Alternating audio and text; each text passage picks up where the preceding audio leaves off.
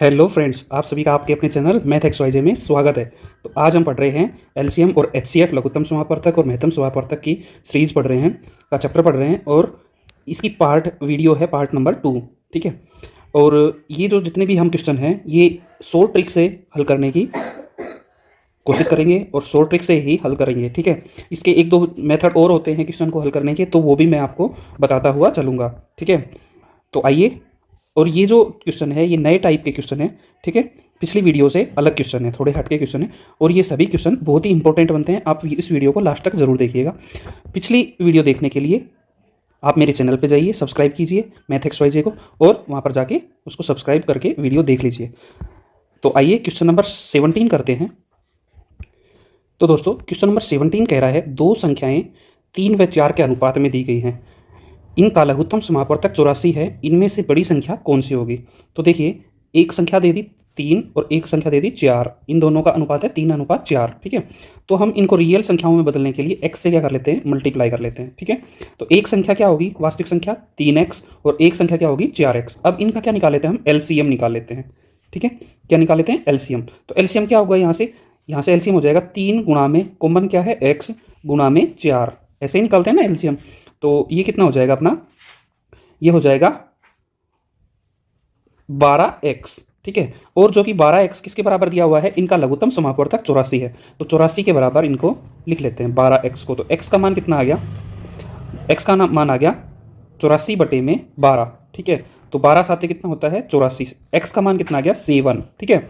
अगर 7 आ गया, अब यहाँ से हम देख रहे हैं ये क्या पूछ रहा है, बड़ी संख्या। तो बड़ी संख्या कौन सी है, 4x है ना। तो 4x को हम 4x में x का मान रख देते हैं। तो 4 × 7, 4 7 जा 28। Okay, our answer is C 28। Okay. तो नेक्स्ट क्वेश्चन कह रहा है क्वेश्चन नंबर 18। तो ये कह रहा है क्वेश्चन नंबर 18, 29 से बड़ी दो संख्याओं का महत्तम समापवर्तक 29, लघुत्तम समापवर्तक एलसीएम 4147 है, इन संख्याओं का योग कितना होगा। ठीक है।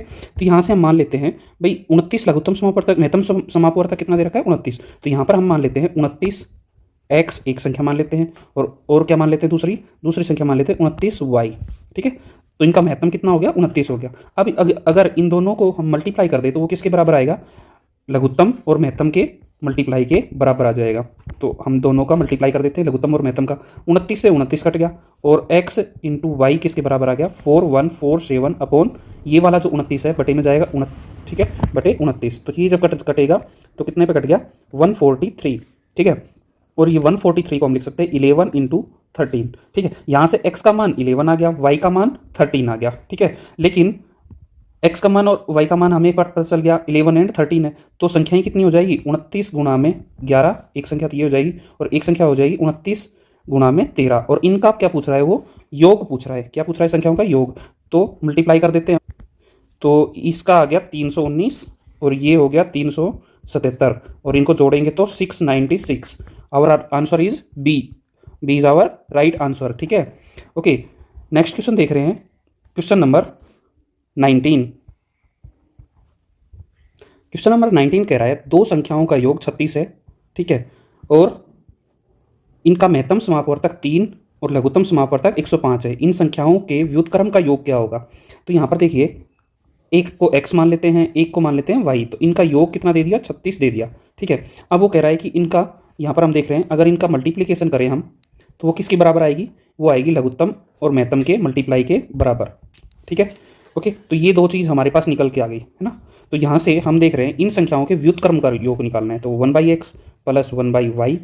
नीचे से हम देखेंगे तो xy लघुत्तम आ गया, यहाँ पर हो गया x + y, इन दोनों का क्या हो जाएगा ऊपर, जब हम एलसीएम लेंगे तो यहाँ पर x हो जाएगा, यहाँ पर y हो जाएगा। तो यहाँ से हम देख पा रहे हैं x + y तो 36 मान है, और xy का मान है 105। तो यहाँ से 3 पे कट गया, कितने हो गया 12, फिर से 3 पे कट गया 4, 3 × 9, 3 × 5 = 15, तो क्या आ गया 4/35। सही आंसर क्या हो गया, सी इज आवर राइट आंसर, 4/35। ठीक है। तो ये क्वेश्चन इस तरह से हो जाएगा। नेक्स्ट क्वेश्चन है क्वेश्चन नंबर 20। तो बहुत ही धमाकेदार क्वेश्चन चल रहे हैं, मजे आ रहे हैं क्वेश्चन सोल्व करने में। नेक्स्ट क्वेश्चन देखते हैं, क्वेश्चन नंबर 20, दो संख्याओं के महत्तम समापवर्तक व लघुत्तम समापवर्तक का योग कितना है, 680। यदि लघुत्तम समापवर्तक और महत्तम समापवर्तक का गुणा कितना हो 84 हो तथा एक संख्या 56 हो तो दूसरी संख्या ज्ञात कीजिए। ठीक है, तो यहाँ पर हम देख रहे हैं दो संख्याओं का महत्तम समापवर्तक और लघुत्तम समापवर्तक का योग। तो लघुत्तम समापवर्तक को हम लिख लेते हैं x, ठीक है, और महत्तम को लिख लेते हैं x और y को लिख लेते हैं हम लघुत्तम। ठीक है, तो इनका योग कितना है 680। ठीक है, अब दूसरी टर्म कह रहा है कि लघुत्तम समापवर्तक महत्तम समापवर्तक का 84 गुना है, मतलब y जो है वो बराबर होगा x के 84 गुना के। ठीक है, तो ये y की वैल्यू निकल के आ गई, इसको हम यहाँ पर पुट कर देते हैं तो x प्लस में 84x बराबर है 680। x 85x, ये कितना हो गया 85x बराबर है 680। x का मान कितना आ गया 680 अपॉन 85। ठीक है, तो यहाँ से अपना महत्तम समापवर्तक कितना आ गया 8। ठीक है, अगर महत्तम समापवर्तक 8 आ गया तो लघु एलसीएम कितना हो जाएगा, y कितना हो जाएगा, यहाँ पर हम y बोल देते हैं, एलसीएम कितना हो जाएगा 680 और इधर जाके 8 कट जाएगा तो 672। ठीक है, ये एलसीएम आ जाएगा। अब वो कह रहा है देखो हमारे पास महत्तम भी आ गया और लघुत्तम भी आ गया, तो इन दोनों की जो मल्टीप्लाई है वो किसके बराबर होगी, दोनों संख्याओं के। तो एक 56 मान ली है ना, एक तो 56 दे रखी, इसको जड़ मान लेते हैं तो जड़ का मान कितना हो जाएगा 8 गुणा में 772 बटे में 56। तो यहाँ से जड़ का काट लेना, काटने के बाद अपना जो जड़ का मान आएगा 96। ठीक है, here C is our right option. ठीक है, तो आई होप आप लोगों को ये अच्छे से समझ में आ गया होगा। इसको हमने क्या मानना है, एक्स को महत्तम, महत्तम मतलब HCF। ठीक है, और इसको क्या मानना है LCM। ओके, ठीक है, तो इस तरह से ही क्वेश्चन होगा। नेक्स्ट क्वेश्चन देख रहे हैं, क्वेश्चन नंबर 21। तो नेक्स्ट क्वेश्चन है क्वेश्चन नंबर 21। तो 21 नंबर क्वेश्चन कहता है दो संख्याओं का LCM 120 है, निम्न में से कौन सी संख्या इन संख्याओं का महत्तम HCF नहीं हो सकती है। ठीक है ना, तो कौन सी संख्या नहीं हो सकती HCF। ओके, तो यहाँ से हम देखेंगे LCM और HCF का एक रिलेशन होता है। वो रिलेशन क्या होता है कि LCM को अगर हम HCF से डिवाइड करें तो वो पूरा पूरा कट जाता है। ठीक है, क्या हो जाता है, पूर्णतः विभाजित हो जाता है। ठीक है, पूर्णतः विभाजित हो जाता है। तो यहाँ से हम देखेंगे कौन कौन सा पूरा 120 से कट रहा है ना, तो भाई 8 भी कट रहा है ना, फिर 12 को हम देख रहे हैं तो 12 भी कट रहा है। तो यहाँ पर हम देख पा रहे हैं ये भी क्या हो गया, पूरा कट गया इससे। ठीक है, फिर देख रहे हैं 120 से 24 क्या कट रहा है क्या, हाँ तो ये भी पूरा कट रहा है, बट 120 से 35 नहीं कट पा रहा है ना, 35 नहीं कट पा रहा है। ओके, तो ये क्या हो जाएगा हमारा राइट आंसर कि महत्तम कौन सा नहीं हो सकता, ये नहीं हो सकता। ओके, तो नेक्स्ट क्वेश्चन है क्वेश्चन नंबर 22। ऐसी संख्याओं के कितने जोड़े होंगे जिनका महत्तम समापवर्तक 16 है और लघुत्तम समापवर्तक 136 है। तो देखिए 136 मैंने अभी बताया LCM HCF से पूर्णतः विभाजित होना चाहिए, है ना, क्या होना चाहिए, पूर्णतः विभाजित। ठीक है, तो यहाँ पर 136 से क्या 16 पूर्णतः विभाजित हो रहा है, तो ये तो नहीं हो रहा है ना, ये तो नहीं हो रहा है। ओके, पूर्णतः विभाजित नहीं हो पा रहा है, तो यहाँ पर हम क्या कह देंगे, इनमें से कोई भी जोड़ा नहीं होगा। ठीक है, तो डी आंसर क्या हो जाएगा, हमारा राइट आंसर हो जाएगा। ओके, नेक्स्ट क्वेश्चन देख रहे हैं क्वेश्चन नंबर 23।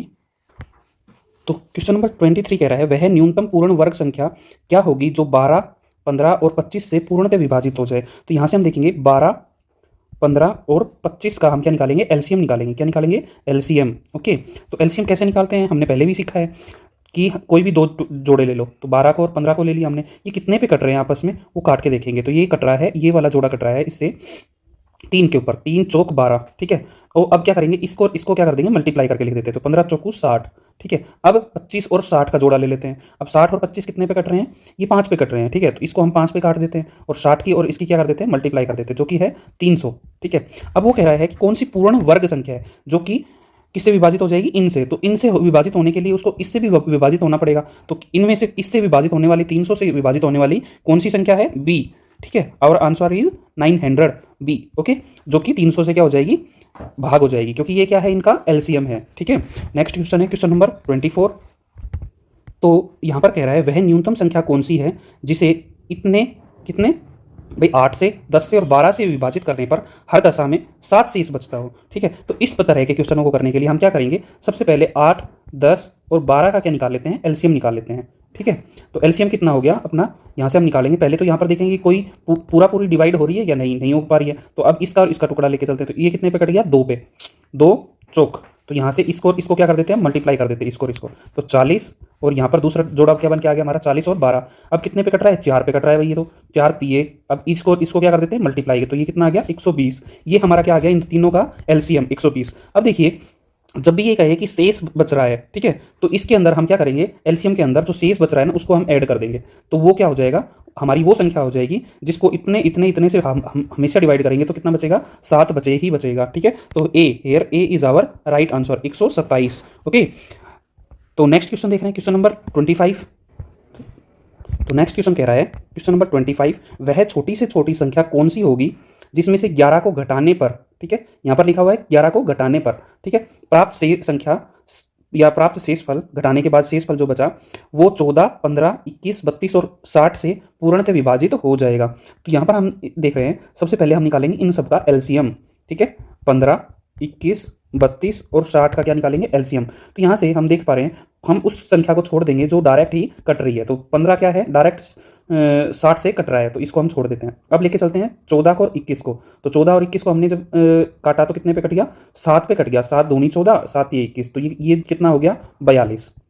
अब लेके चलते हैं 42 और 32 को, तो 42 और 32 कितने पे कट रहे हैं आपस में, तो ये कट रहे हैं 8 पे, नहीं 8 पे नहीं कट रहे, ये कट रहे हैं, तो ये कट जाएंगे 2 पे, ये कितना हो गया 21, ठीक है। और अब इन दोनों की क्या कर देंगे, हम मल्टीप्लाई कर देते हैं, ठीक है। तो ये कितना हो जाएगा, मल्टीप्लाई करेंगे तो 21 दूनी 42, 21 दूनी 42 और 21 दिया 63, 63 और 4 67, ठीक है। तो अपना क्या आ गया 672, ठीक है। नेक्स्ट हम ले लेते हैं 60, तो बची रखा है। अब ये कितने पे कट गया, ये कट गया अपना 12 के ऊपर, ठीक है। तो ये कट गया कितने पे, 12 पे, तो 12 5 60, 5 की इसके साथ मल्टीप्लाई कर देते हैं, तो 5 दूनी 10, 5 7 15, 15 और 1 16, 5 7 35, 35 और 1 36, 5 6 30, 30 और 3 33। तो ये क्या आ गया, हमारा एलसीएम निकल के आ गया। क्या निकल के आ गया, एलसीएम। अब ये एलसीएम जो आया है इसमें हम 11 घटाने के लिए बोल रहा है ना, लेकिन हम इसके जब ये घटाने के लिए बोलता है तब हम क्या कर देंगे, यहाँ पर प्लस करेंगे, उल्टा करेंगे हमेशा। तो यहाँ से हम क्या करेंगे, हमेशा उल्टा, ये घटाने के लिए बोलता है तो यहाँ पर हमें क्या करना है, प्लस कर देना है। तो यहाँ पर कितना हो जाएगा, 33 71 हो जाएगा। ये हमारा क्या हो जाएगा, right answer, C is our right answer. Okay, next question देख रहे हैं, क्वेश्चन नंबर 26। तो वो कह रहा है, वह छोटी से छोटी संख्या कौन सी है जिसमें 9 जोड़ने पर, अब की बार क्या करना है, जोड़ना है, प्राप्त संख्या 24, 32, 36 और 54 से पूर्णतः विभाजित हो जाए। तो यहाँ पर ये वाला क्वेश्चन आप अपने आप करेंगे और इसका जो आंसर होगा वो आप कमेंट में लिखेंगे। ये आपका क्या है, होमवर्क है, ठीक है। तो नेक्स्ट क्वेश्चन है, क्वेश्चन नंबर 27, वह छोटी से छोटी संख्या कौन सी होगी। ये बहुत ही इंपॉर्टेंट क्वेश्चन है, ठीक है। ये इस तरह का क्वेश्चन मैं अक्सर देखता हूँ, वह छोटी से छोटी संख्या कौन सी होगी जिसे 5, 6, 8, 9 और 12 से भाग देने पर प्रत्येक दशा में एक शेष बचे परंतु 13 से पूर्णतः विभाजित हो जाए। तो इसको हम 2 तरीके से कर सकते हैं। एक तो हम डायरेक्ट ही इनको 13 से डिवाइड करके देख ले, जो 13 से डिवाइड हो जाएगी वही हमारा आंसर हो जाएगा, ठीक है। तो आइए सबसे पहले हम इनको डिवाइड करके देखते हैं। तो 361 को जब हम 13 से डिवाइड कर रहे हैं तो ये डिवाइड नहीं हो रहा है। फिर 721 को कर रहे हैं 13 से, तो ये भी नहीं हो रहा है। 1801 को कर रहे हैं 13 से डिवाइड, तो ये भी नहीं हो रहा है। और 3601 को कर रहे हैं 13 से, तो ये हो जा रहा है, ठीक है। तो डी क्या हो जाएगा, हमारा राइट ऑप्शन, ठीक है।